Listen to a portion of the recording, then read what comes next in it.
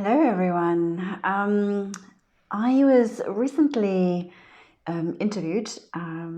Check me out. No, it was a nice chat I was having with somebody for the Complementary Medical Association, where my school is accredited, and we were talking about the Thai massage training courses and who this training is for. And I thought that's a really, really good question. And I've got that listed on my website, but I don't really think I'm answering that question properly on my website at all. So I thought I'll do a little kind of sharing on that.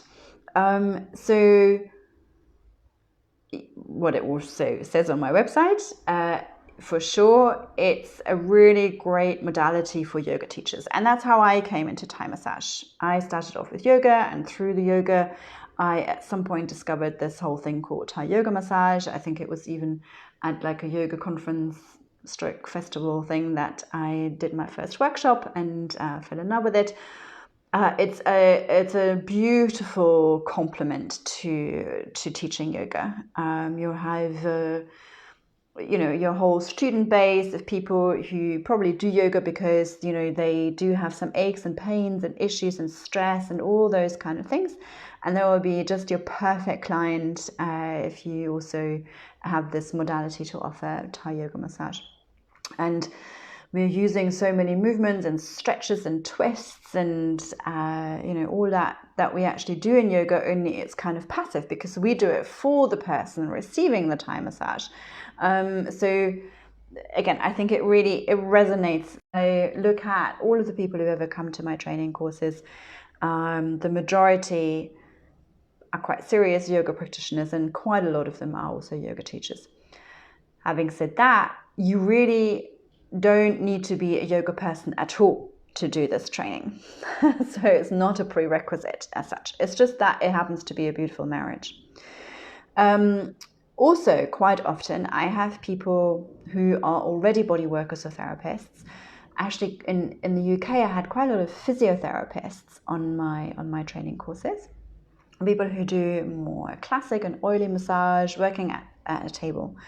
And quite often I find that they are kind of looking for this extra something that gives a little bit more depth to the kind of connection with the client. So as amazing they are in their modality, it might just sort of feel a little bit clinical to them, and they're just kind of missing that connection aspect. And in fact, actually, that was something that I went through, because after I had qualified as a Thai massage practitioner, I also trained in manual lymph drainage, and I did some amazing work with that. I did love it, and have some great success stories to tell from that. And when I then moved to Lisbon and I had this opportunity to take a little sort of step back and review what I wanted to really do, what I wanted to focus on, I stopped doing manual lymph drainage. And not because there's anything wrong with it at all. I think it's a super amazing practice, but I was missing that kind of heart connection in it, the kind of coming together in this practice that Thai massage has. So I stopped doing manual lymph drainage. So so I often get people who already have a modality, and they're looking for this kind of more heart-centered approach in their work and that connection. Or it might also be that they are struggling a little bit with the mechanics of their modality, of like working at a massage table. Their thumbs might have been suffering already for some time, and they are looking for a different way of doing body work, because Thai massage offers that. It has such clever body mechanics, working on the floor. We are quite active and involved with it. We are just so nicely sort of squared up and aligned. We're not using kind of force and strength, but we're using our own body weight. We're using leverage, and it's just so clever. And actually, that was what made me decide to go for Thai massage. So at the time that I was starting to teach yoga, I felt I wanted to add a therapeutic modality, but I wasn't so sure what. And I did know, however, that I didn't want to work at a massage table kind of all twisted with quite a lot of effort, because my spine is already twisted. I have scoliosis, and I thought that I don't know if that's going to work with me for me, until I did this little taster 2-hour workshop at this yoga conference, and I just fell in love with the mechanics of it, with the movement, with the physical side of it. And that's how I ended up there. I didn't actually even really have that much of a clue what Thai yoga massage was all about until halfway through my training. I received a treatment from my teacher at the time, and I was like, this is what this is about. Oh my goodness. And I knew at that moment in time I was going to go all the way, as far as anyone, and it will like never end. I knew it at that moment in time. So yes, so often people come and they are already therapists in some form or another, and they're looking for maybe something a bit different, and possibly also to add to their portfolio. You know, I'm not a great fan when I see people who have trained in like literally a gazillion different modalities. I'm kind of like a bit confused as to like, but what are they really good at? You know, like why do they need so many different things to offer? And obviously, of course, the reality of the situation working as a therapist and yoga teacher and all of that is also that maybe you do need to offer 2 or 3 different things to make a living of it, but also to have some variety and to be able to serve all different stories that clients might come with, you know. So I did that too, you know, with the manual lymph drainage and the Thai massage and the yoga. It was a great combination, but I was sort of almost passing people through. So I'm like, actually, why don't we try this for a while, because I think that might actually serve what's going on for you much better right now. So in that way, you can actually create a much richer offering to add a modality to your portfolio. So that would be a situation. And I also often get people who actually just want to do something really nice for themselves. They love learning something new. They love giving, you know, themselves like a little project, a little challenge to embrace on, you know, a whole new thing, go on a whole new adventure.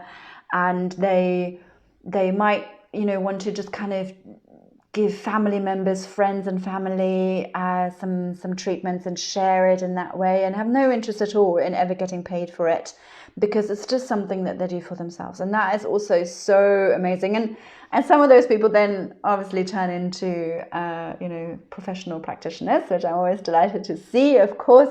But it's also just as amazing when people really just do this for themselves and for the people around them, to share it with friends and family, and to treat people, and, you know, as in giving them a special treat. That's so nice to see. And it could well be even that somebody is working in a particular environment, or has particular situation in their direct environment, and, you know, really wants to support and help that particular group of people or that particular person, and therefore, you know, wants to learn this modality and to support that person. It could be a parent, it could be a sister, it could be a friend, it could be, you know, sometimes also people working maybe as a nurse or a carer in a facility, and they're looking for different tools and resources and modalities to support people in that capacity. So that's also always really beautiful to see. You know, what else? Yeah, I mean, actually, you know, I would say, I don't know, I've never really noted this down, but maybe not quite half, but almost half the people haven't got that background of already being a therapist or yoga teacher or doing anything in this particular field at all. They're really kind of just at a point in their life where they want to step into their own,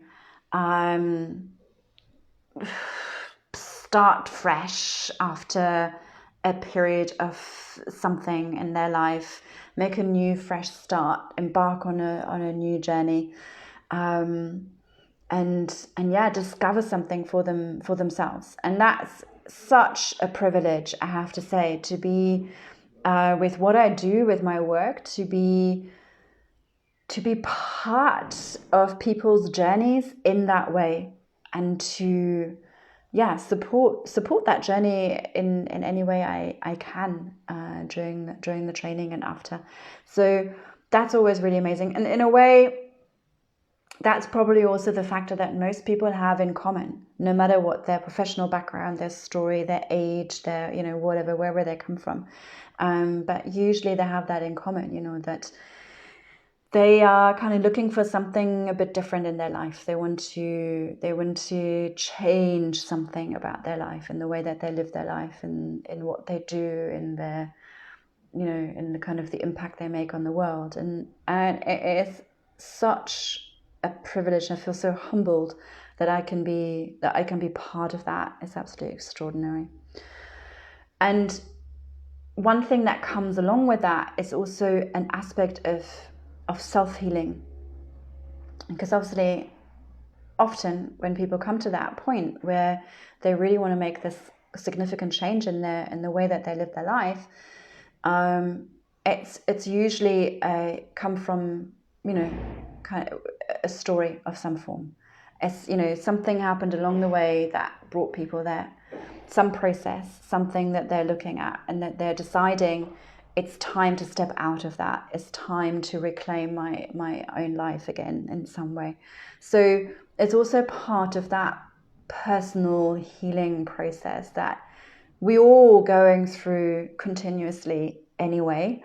And people come onto the training often, when that has become a little bit more of a conscious process for them at that moment in time. And again, what a privilege that I'm able to be part of that and to support people in that way through these training courses. So you can see it's kind of way more than just a training course to qualify in a whole new profession and to go out and earn money. That is also what I'd love to empower you to do and enable you to do, of course.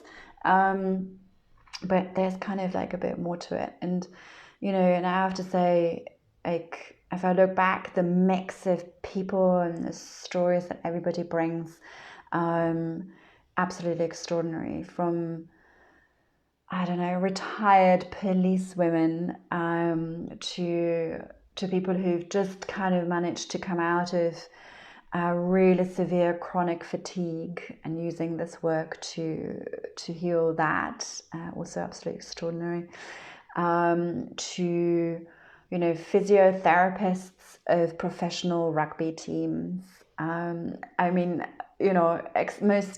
most incredible stories, and I love that. I just absolutely love that.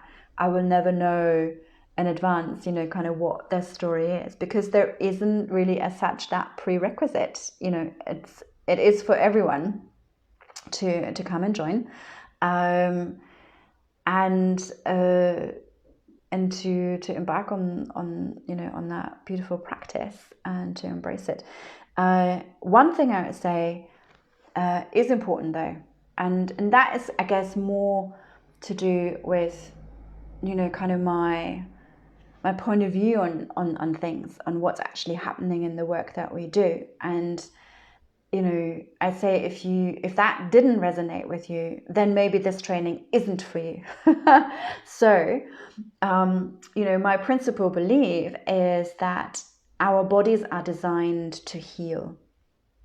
And so we as Thai massage practitioners are not there to go ahead and fix people. We cannot do that. It's not our job. And I know it seems a little bit kind of contradictory, like people come to you with back pain, they want to have a massage and they want to walk out without it. So there is this set expectation that, people go to see somebody to get fixed, but we can't fix anyone. We can't impose ourselves on anyone, like, if only you just lived like me and drank a green smoothie every day, then you'll be fine. No, it doesn't work that way. And we can't fix any part of anyone. And that is really important, and is actually also really at the base of all Eastern philosophy and modalities. We want to connect with our client as profoundly and deeply, as we can, but as this kind of empty vessel without an agenda.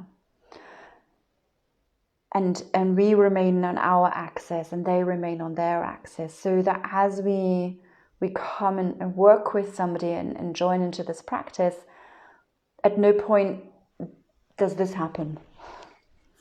We don't get involved in that way.